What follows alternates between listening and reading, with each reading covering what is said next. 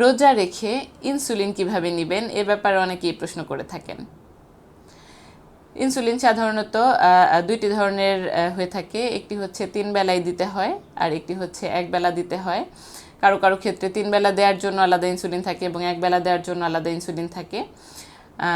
আপনি চেষ্টা করবেন আপনার যদি 3 বেলা দেবার ইনসুলিন থাকে সেক্ষেত্রে সকালের ডোজটি আপনি সাহারির সময় নিয়ে ফেলবেন, দুপুরের ডোজটি নেবেন হচ্ছে ইফতারের সময় এবং রাতের ডোজটি নেবেন হচ্ছে রাতে ডিনারের সময়, অর্থাৎ তারাবির নামাজ শেষ করে।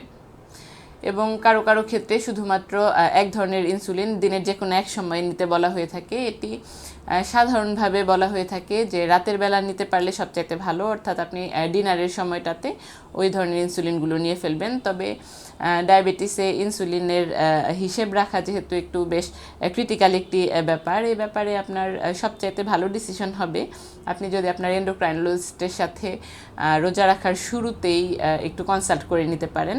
তবে তার আগে আপনার কয়েকদিনের ডায়াবেটিক চার্ট যদি আপনি মেনটেন করে নিয়ে যেতে পারেন ডক্টরের কাছে, সেক্ষেত্রে কিন্তু সবচাইতে ভালো ডিসিশন আপনার ডক্টর আপনাকে দিতে পারবেন। ধন্যবাদ।